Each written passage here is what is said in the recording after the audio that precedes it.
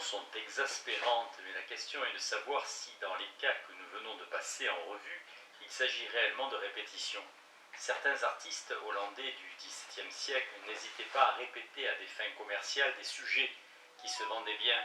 Cette attitude commerciale vis-à-vis de l'art pictural est généralement mal vue, comme s'il y avait incompatibilité entre l'authenticité artistique et l'application de recettes. La pratique picturale de Canaletto reposait incontestablement sur une certaine forme de recette, mais on peut tout aussi bien voir dans chacun de ces tableaux une réponse artistique nouvelle qui lui inspirait Venise. Morandi, par une sorte d'obsession, revenait sans cesse à son sujet pictural de prédilection, des bouteilles, mais peut-on dire pour autant qu'il utilisait une recette ou qu'il se répétait? Quelle est la différence entre Morandi et Chagall, à qui on a souvent reproché d'être répétitif? Ce qui est en cause chez ce dernier ne peut être le simple fait que toutes ses œuvres se ressemblent formellement et thématiquement, puisque cela est vrai aussi pour Morandi. Le cas Ménard ne nous permet que de résoudre partiellement notre problème. L'analyse détaillée des relations que son œuvre entretient avec celle de Cervantes nous a permis de mettre en lumière les liens qui existent entre l'identité d'une œuvre et le moment, le lieu et l'origine de sa naissance, à tel point que son sujet et son style ne sauraient être identifiés en faisant totalement abstraction de la dimension historique. Par ailleurs, en essayant de comprendre quelles peuvent être les relations existant entre deux objets, qui semblent indiscernables, nous avons découvert un certain nombre d'éléments dont intuitivement on peut penser qu'ils appartiennent au concept d'œuvre d'art. Cependant, dans le cas des paires d'objets que nous avons considérés, les deux objets sont, ou du moins passent pour être, des œuvres d'art, et on peut se demander si leur analyse éclaircit vraiment la frontière qui nous intéresse en premier lieu, à savoir quelle est celle qui sépare n'importe quelle œuvre d'art d'un simple objet qui, même s'il lui ressemble en tout, n'en est pas une. Peut-être que grâce à cette brève exploration, nous en avons appris néanmoins assez pour pouvoir commencer à discerner certains des éléments en jeu, pour les rendre plus explicites. Imaginons encore un exemple supplémentaire. Les cravates sont généralement considérées comme des accessoires absurdes de la garde-robe masculine. Et ces derniers temps, on a pu assister à un vaste mouvement de rationalisation visant à les remplacer par des cols roulés, par des objets d'ornement explicites comme les colliers de perles multicolores.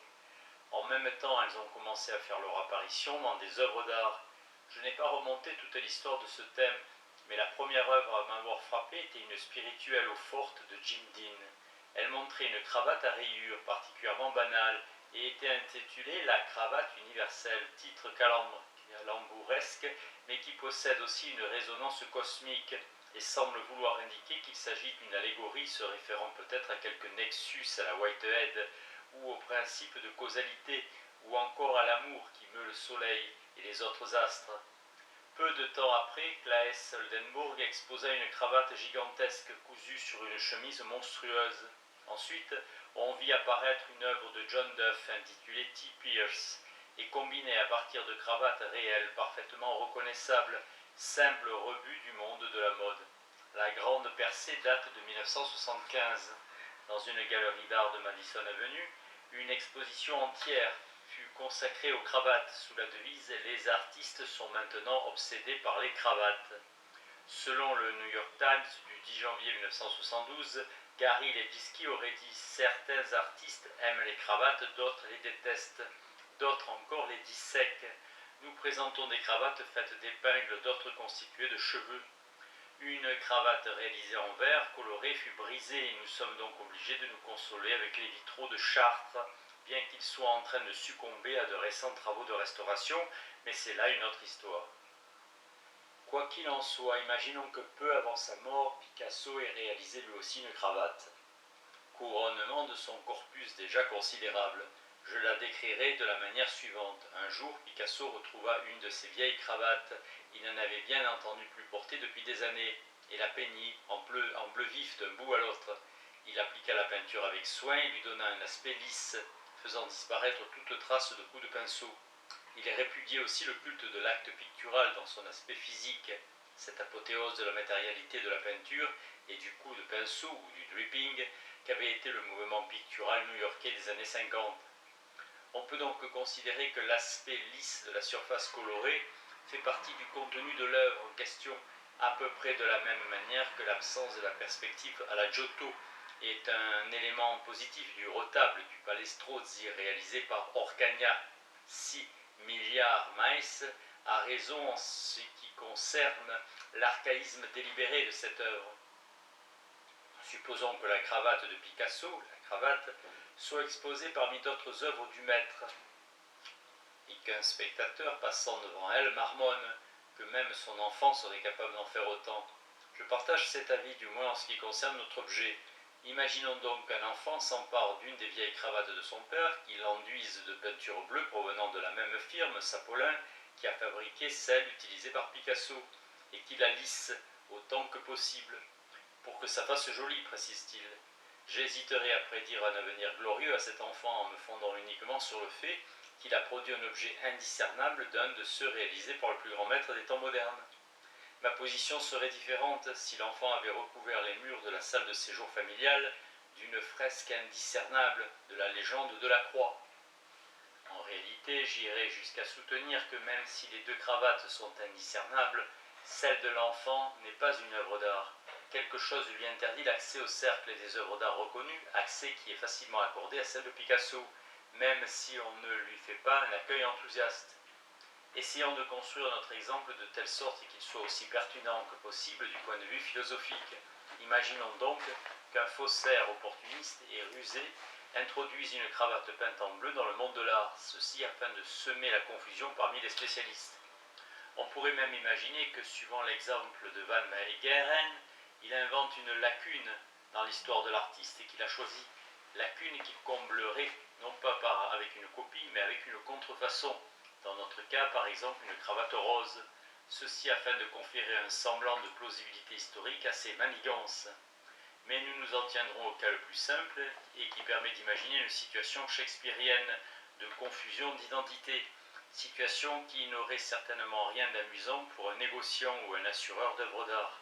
Supposons donc que Kutz, ou était-ce Kahnweiler, ait pris toutes les précautions possibles pour éviter les erreurs d'attribution, et que malgré tout on se retrouve dans la situation suivante, à la fois confuse et comique. À ce jour, la cravate peinte par l'enfant se trouve dans le palais des Beaux-Arts de Luxembourg et est assurée pour une fortune. Bien entendu, Picasso s'est empressé d'en contester l'authenticité et s'est refusé à la signer. À la place, il a signé la contrefaçon. Quant à l'original, il a été confisqué par le service des fraudes et a été relégué in libo avec le Christ à Emmaüs de Van Meegeren, Emmaüs, et une boîte à cigares remplie de pièces de bois supposées provenir de la croix du Christ, bric-à-brac de faux dont la cravate constitue la seule pièce authentique.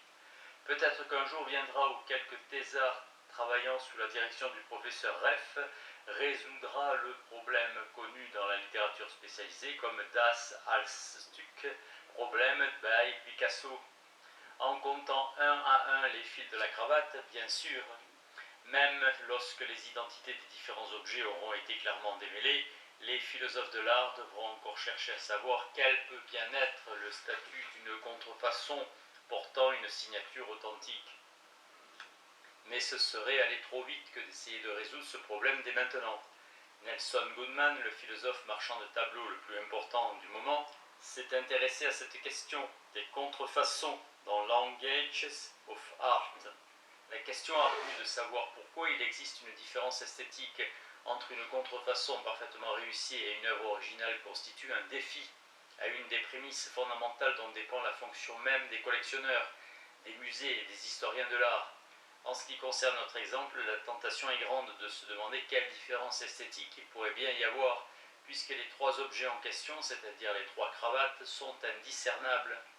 Mais j'ai déjà entendu exprimer la même opinion au sujet d'œuvres ayant une valeur artistique sensiblement plus grande, avec l'intention de refuser comme non pertinentes toutes ces données soi-disant douteuses, que seraient leurs origines géographiques, leur date de création ou la personne de leur auteur.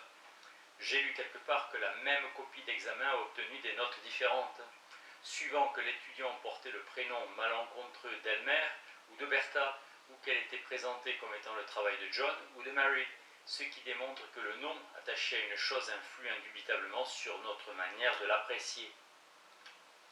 Certes, on pourrait dire que l'attitude exprimée ici revient justement à soutenir que de tels facteurs ne devraient pas compter et que nous devrions nous consacrer entièrement à l'œuvre elle-même. Mais notre rencontre récente avec Pierre Ménard devrait nous inciter à une attitude prudente vis-à-vis de tels impératifs esthétiques puristes et de telles conceptions historiques des œuvres d'art. Plus généralement, l'ensemble des exemples sur lesquels nous avons travaillé nous oblige à affronter une question qui est exactement l'inverse de celle que pose Goodman. Il s'agit de savoir si une différence qui passe inaperçue, voire qui serait non perceptible par nature, peut néanmoins donner lieu à une différence esthétique. Il est certain que pour le moment, nous ne disposons pas encore des outils conceptuels nécessaires pour réfléchir à cette question. Nous devons résoudre au préalable le problème de la différence ontologique entre les œuvres d'art et leurs répliques non artistiques. En l'occurrence, il faut se demander si cette différence, qui elle non plus ne saurait être décelée par aucun examen direct des objets en litige, peut donner lieu aussi à une différence esthétique. Il semblerait que tel devrait être le cas. Après tout, les puristes qui nous demandent de nous laisser guider uniquement par l'œuvre elle-même partent de l'idée qu'il s'agit bel et bien d'une œuvre. Rien n'est moins évident que ce qu'ils conseilleraient dans le cas d'objets qui ne sont nullement des œuvres, comme notre pseudo-cavalier polonais.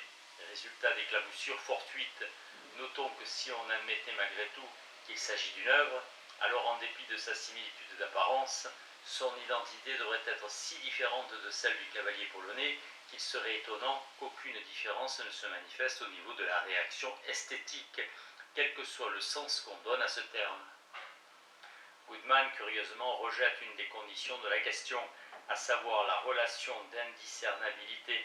Il semble être d'avis qu'elle ne saurait être que momentanée et que tôt ou tard des différences se feront jour. D'après lui, le simple fait de savoir que l'un des deux objets est une contrefaçon suffit déjà pour nous amener à supposer que sans doute il existe une différence entre eux qu'il me sera possible d'apprendre à percevoir. Cette croyance, qui fonctionne pratiquement comme un principe régulateur, assigne à notre perception actuelle la fonction de nous entraîner en vue d'une telle discrimination perceptuelle à venir. Goodman poursuit en soutenant qu'on ne saurait jamais prouver qu'une différenciation perceptuelle est par principe impossible. Des objets qui nous paraissent indiscernables aujourd'hui pourront demain se révéler si différents l'un de l'autre que rétrospectivement on se demandera avec étonnement comment on a pu les confondre. Et pour donner plus de poids à sa position, il souligne notre extrême acuité visuelle et auditive qui nous rend capables de percevoir des différences très nettes à partir de variations minimes. À la limite, il s'agit pour lui d'un problème de psychophysique plutôt que d'ontologie. Il y a beaucoup à dire en faveur de l'analyse de Goodman. Ainsi, il n'y a pas de doute qu'en nous exerçant, nous pouvons apprendre à effectuer des discriminations nouvelles et plus généralement devenir capables de faire des distinctions très fines, comme celle entre certains vins par exemple. Et souvent, nous pouvons apprendre à voir des choses qui étaient invisibles auparavant. Nous ne nous rendons généralement pas compte des conventions visuelles qui nous sont propres, parce qu'elles sont transparentes pour nous. Elles deviennent opaques et donc perceptibles comme telles dès lors qu'elles cessent d'être nos conventions. L'histoire de l'art abonde en exemples de ce genre. Je suis certain que les contemporains de Giotto, étonnés par le réalisme de ses peintures, n'y ont vu que des hommes, des femmes et des anges, et non une manière spécifique de voir les hommes, les femmes et les anges, celle que nous reconnaissons aujourd'hui comme particulière à Giotto. La manière de voir propre à Giotto est devenue une sorte d'artefact culturel que n'importe qui aujourd'hui peut apprendre à reconnaître. Si les faux Vermeer de Van Meegeren peuvent aujourd'hui être reconnus comme des contrefaçons alors que c'était impossible dans les années 30, ce n'est pas parce que maintenant nous pouvons avoir recours à l'analyse chimique ou au rayon X, ni parce que selon la conception de Goodman, nous avons poussé plus loin l'examen optique. C'est tout simplement parce qu'il est possible de s'apercevoir aujourd'hui que les tableaux de Van Meegeren comportent de multiples maniérismes typiques de la peinture des années 30, maniérismes qui en 1930 n'auraient pas pu être vus comme tels, c'est-à-dire des conventions représentationnelles spécifiques. Vivre à l'intérieur d'une période historique ne nous permet pas nécessairement de savoir comment cette période apparaîtra à une conscience historique future. Ainsi, le simple passage d'une époque à une autre peut faire accéder à la perception de traits qui étaient cachés auparavant. En conclusion, on pourrait dire que l'idée qu'il doit bien toujours exister une différence entre deux objets qui ne sont pas identiques est pratiquement de l'ordre d'une certitude logique. Mais c'est sans doute tout ce qu'on peut dire en faveur de l'analyse de Goodman, la loi logique en vertu de laquelle si A n'est pas identique à B, il doit exister une propriété F telle que A soit F et que B ne soit pas F n'exige pas que F soit une propriété perceptuelle. Et tous les cas de paires d'objets indiscernables que nous venons de rencontrer offrent autant d'exemples de différences qui ne peuvent pas être identifiées par les sens. En poussant plus loin les recherches, il est donc tout à fait possible qu'on trouve des différences entre objets qui ne soient pas perceptuels. La possibilité logique que deux objets soient perceptuellement indiscernables ne peut donc être niée. Le fait de savoir qu'il existe une différence entre deux œuvres peut nous amener à les considérer différemment, et même à y agir différemment, sans que la différence doive nécessairement résulter de notre manière de les voir. Aussi, ne peut-on manquer d'être surpris du parti pris implicite, qui est celui de Goodman, lorsqu'il affirme que toute différence esthétique est une différence perceptive. Par ailleurs, quoi qu'il en soit des différences perceptives, et même en admettant que Goodman ait raison, et que donc un examen optique est une comparaison soutenue et prolongée, nous permettent en fin de compte de distinguer un Lippo-Lippi d'un Filippino-Lippi et un Vermeer d'un Peter de Hock. De la même manière que nous pouvons apprendre à distinguer un Romanet d'un Beaujolais, cela ne nous aidera nullement à résoudre l'importante question ontologique de la différence qui sépare les œuvres d'art des simples objets. Nos trois cravates, par exemple, peuvent fort bien comporter des différences d'ordre perceptif, sans que cela nous permette de décider laquelle est une œuvre d'art et laquelle n'en est pas une. Ceci essentiellement parce qu'il n'est pas évident que des notions comme œuvre d'art ou contrefaçon soient traduisibles en un ensemble de prédicats perceptuels élémentaires. Le fait que dans certains cas, nous soyons éventuellement capables de déceler des contrefaçons par simple examen direct des œuvres n'implique pas qu'il s'agisse d'un concept d'ordre perceptuel. On serait plutôt tenté de penser que le fait qu'un objet soit une contrefaçon est en relation avec son histoire, avec la manière dont il a fait son apparition dans le monde. Si on accorde la qualité d'œuvre d'art à un objet, cela veut dire pour le moins qu'on exclut qu'il possède le genre de genèse historique qui est typique d'une contrefaçon. Or, les objets ne portent pas leur histoire inscrite sur leur surface. Je voudrais insister sur un dernier point. Dans le cas de nos trois cravates, supposer que les différences significatives qui existent entre elles et quoi que ce soit à voir avec des différences perceptives serait se tromper de manière presque comique sur leur véritable intérêt artistique.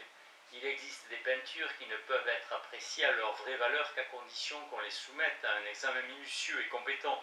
Les compositions de Poussin ou de Cézanne ou encore le coup de pinceau admirable de Morandi sont de dignes objets d'une appréciation de connaisseurs. Mais nos trois objets, eux, ne sont pas de cet ordre et l'érudition des connaisseurs est tout à fait déplacée, car la cravate de Picasso n'est pas plus subtile qu'un seau d'eau qu'on vous lancerait à la figure. Quel que soit l'intérêt esthétique du seul objet qui soit incontestablement une œuvre d'art, peu importe d'ailleurs duquel des trois il s'agit, il ne saurait résider dans des phénomènes qui dépendent de l'examen perceptuel.